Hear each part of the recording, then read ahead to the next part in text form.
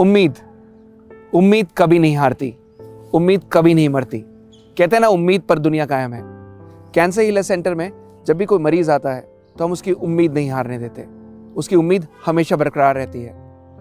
जब भी कोई मरीज आता है तो वो अकेला नहीं आता, उसके साथ उसका आता है डर, उसके साथ उसके आते हैं परिवार के सवाल। मेरी बेटी बच तो जाएगी ना, मेरे भाई का दर्द तो खत्म हो जाएगा ना, मेरी बीवी तड़प रही है, उसको डॉक्टर साहब किसी तरीके से बचा लो।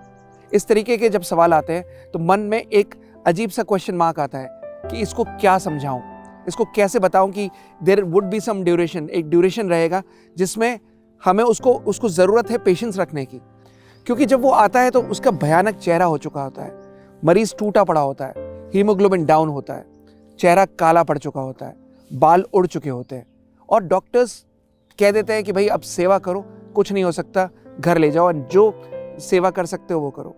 किसी को तो ये तक कह दिया जाता है कि भाई जाकर अपनी एफडी तोड़वा लो, या किसी को ये कह दिया जाता है कि जाओ बेटा अपनी शादी कर लो, माँ के रहते तुम्हारी शादी तो हो जाएगी, वो तुम्हारी शादी तो देख लेंगे।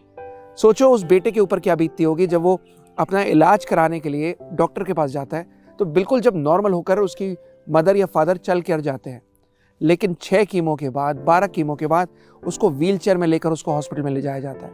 और बाद में सारा पैसा खर्च करने के बाद, सारा ट्रीटमेंट कराने के बाद, डॉक्टर का पूरा सुन लेने के बाद उसके परिवार को या उसके बेटे को ये कहा जाता है, बेटा इलाज नहीं हो सकता, अब तुम इसकी जाके सेवा करो। डॉक्टर साहब आप ये बात पहले बता देते, आप ये उसको सजेशन पहले दे देते। वो पैसों से गया, मरीज से गया, और अबव ऑल उसका सब कुछ खत्म हो गया। उम्मीद नहीं दे पाए आप, और उम्मीद में वो इलाज होता रहा जिसकी ज़रूरत नहीं थी। जब कैंसर हीलर सेंटर में इम्यूनोथेरेपी में इलाज होता है तो इम्यूनोथेरेपी में उसकी उम्मीद बरकरार रहती है। क्यों? क्योंकि उसको रिजल्ट दिखता है, उसको रिजल्ट हर 15 दिन में, हर 1 महीने में दिखता है। एक किस्सा सुनाता हूँ। एक लेडी आई, ब्रेस्ट कैंसर की पेशेंट, और बोन्स में मेटास्टासिस। जब वो आई तो अपने साथ अपने पति और बेटे को लेकर आई और बिल्कुल चुपचाप बैठी हुई थी सामने, कमज़ोर हो चुकी थी, काला पड़ चुका था चेहरा, बाल उड़े हुए थे और वो बिल्कुल चुप थी। उनका ट्रीटमेंट की पूरी हिस्ट्री जो बता रहे थे उनके पति ने बताई, और बताते बताते रो पड़े, बताते बताते कमज़ोर हो पड़े। लग रहा था कि कितने टूट चुके हैं। 12 कीमो हो चुकी थी, और 12 कीमो करने के बाद डॉक्टर्स ने एडवाइस किया कि पेट सीटी में प्रोग्रेशन दिखा है, और डॉक्टर्स ने एडवाइस किया कि अब आपकी 6 कीमो और होंगी। एंड पूरे ब्रोकन डाउन। मुझे आके पूछा उन्होंने कि डॉक्टर साहब हमने क्या गलती करी कि 12 कीमो हुई लेकिन रिजल्ट नहीं दिखा।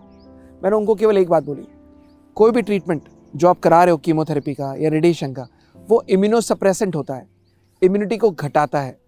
ये इम्यूनिटी जब जब कीमो होती रही, आप इनकी इम्यूनिटी को घटाते रहे। हम लोग इम्यून सिस्टम को बढ़ाते हैं, हम लोग एक बुलेट प्रूफ जैकेट पहना देते हैं कि गोली मारते रहे, ऐसा नहीं हुआ। उस तरीके से वो रक्षक कवच हर एक सेल के ऊपर ज़रूरी है कि चाहे आप जितना हार्श कीमो करा लो, जितने हार्श इंजेक्शन करा लो, लेकिन हर एक सेल के ऊपर एक कवच चढ़ गया, हर एक सेल के ऊपर एक इम्यून सिस्टम इतना ज़्यादा बढ़ गया कि कोई भी सेल डैमेज नहीं हुआ। अब आपने कीमो कराई तो भी ये डैमेज नहीं हुआ, आपने रेडिएशन कराई तो ये डैमेज नहीं हुआ। इसी तरीके से हमारा ट्रीटमेंट काम करता है। और जैसे जैसे प्रोग्रेस हुई तो वो अपने आप देखते रहे कि उनका बेटा खुश होकर बोलता था कि डॉक्टर साहब मेरी मम्मी के बाल आ रहे हैं। पति ने खुश होकर बोला कि डॉक्टर साहब मेरी जो वाइफ है वो घर में अब खाना बना रही है। तो बात करते करते ऐसे ही जिक्र हुआ कि भाई अगर इतना अच्छा खाना बनाती है तो हम भी आपके घर आएंगे। और बड़ा अच्छा लगता है कि आज वो ठीक हो चुकी है, आज वो क्योर हो चुकी है। हालांकि उनके पति कई बार बोलते हैं कि डॉक्टर साहब घर आइए खाना खाने, बट मुझे उससे ज़्यादा खुशी ये होती है कि एक पूरा परिवार बच गया। मुझे उससे ज़्यादा खुशी ये होती है कि एक परिवार साथ में बैठकर खाना खा रहा है, रिपोर्ट्स नॉर्मल आ चुकी है।